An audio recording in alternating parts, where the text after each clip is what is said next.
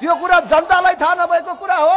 अघिल्लो दिन प्रधानमन्त्रीले आफ्नो युवाहरूलाई भेला पारेर के निर्देशन गर्नु भएको छ हामी सबैले सुनेका छैनौं, दुनियाँले देखेको छैन।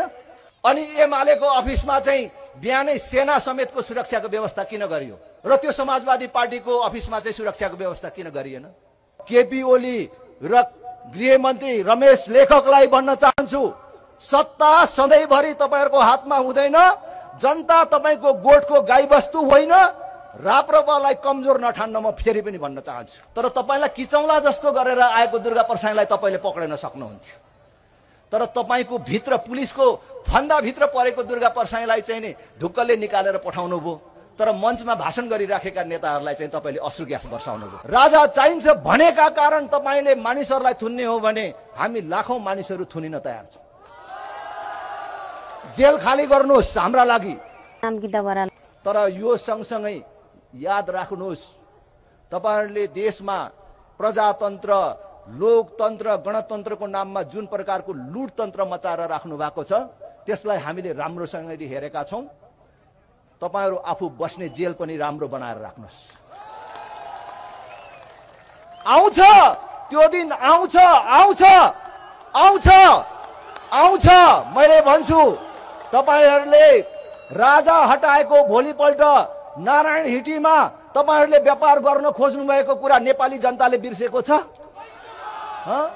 म्याद हुँदा हुँदै गोकर्ण रिसोर्ट नवीकरण गरेर तपाईहरुले पैसा खानु भएको कुरा मान्छेले बिर्सेको छ?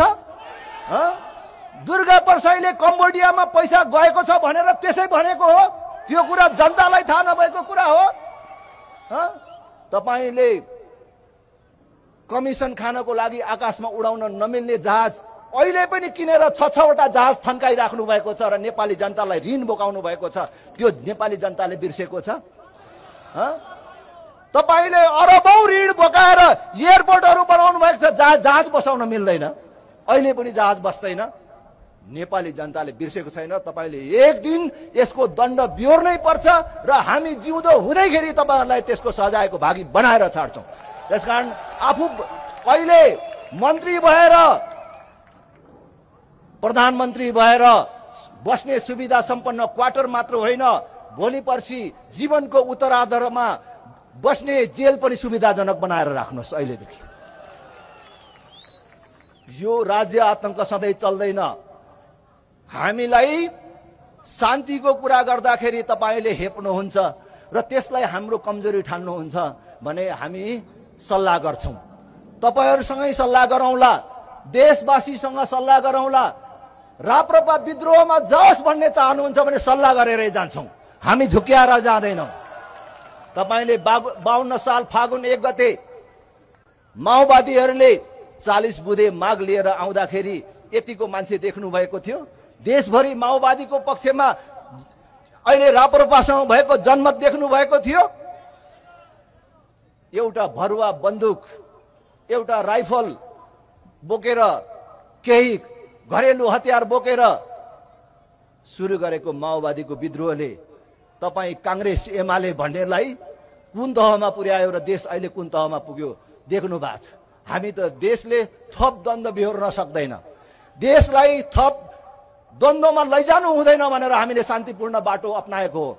के अहिले पनि राजा चाहिन्छ भनेर बन्दुक बोकेर जंगल पस्न 2-4 हजार मान्छे छैनन् होला त? 2-4 हजार युवाहरू हतियार बोकेर जंगल पस्न नसक्ने अवस्था हो र? हामीले डराएर होइन, यो राम्रो बाटो होइन, यसले कसैलाई पनि फाइदा गर्दैन भनेर हामीले शान्तिपूर्ण बाटोमा हिँड्न खोजेका हौं। त्यसकारण म केपी ओली र गृहमन्त्री रमेश लेखकलाई भन्न चाहन्छु, सत्ता सधैँभरि तपाईहरुको हातमा हुँदैन। जनता तपाईको गोठको गाईबस्तु होइन। राप्रपालाई कमजोर नठान्न म फेरि पनि भन्न चाहन्छु। तपाईहरु सोच्नुहोस्, हाम्रा थुनामा रहेका नेताहरूलाई निशर्त छोड्नुहोस्।